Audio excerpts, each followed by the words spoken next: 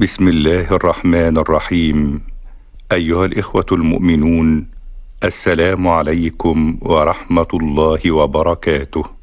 أهلا ومرحبا بكم معنا في حدائق الإيمان الزاهرة، نقتطف من كل بستان زهرة، ومن كل قول حكمة، ومن كل نبع قطرة. قطرة من نداك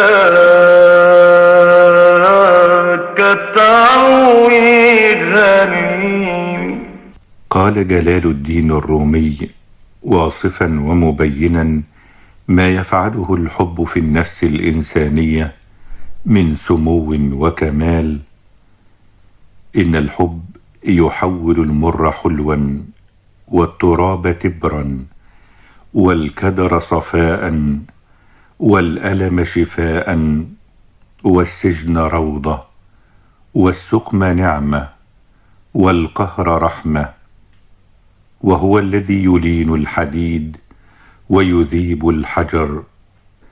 إن الحب هو الجناح الذي يطير به الإنسان المادي في الأجواء ليصل من الثرى إلى الثريا.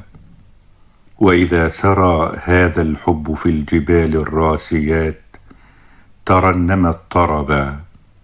يقول الله تعالى: فلما تجلى ربه للجبل جعله دكا وخر موسى صعقا.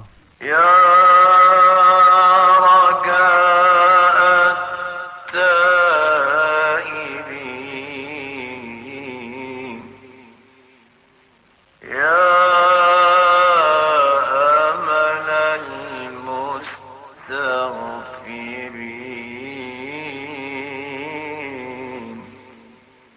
كل الخلق يسبح الله ولا يفتر عن ذكره: الحيوان والجماد، الإنس والجان والملائكة، البحار والجبال والسهول والقصور.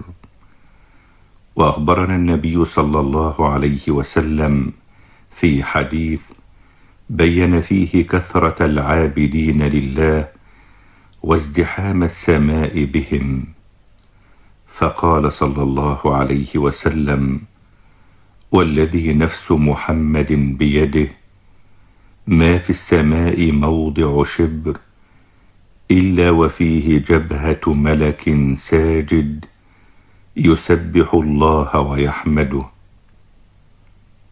وحين سمع هذا الحديث التابعي الثقة عبد الله بن عون قال: أما يستحي أحدكم أن تكون دابته التي يركب وثوبه الذي يلبس أكثر منه ذكرا لله؟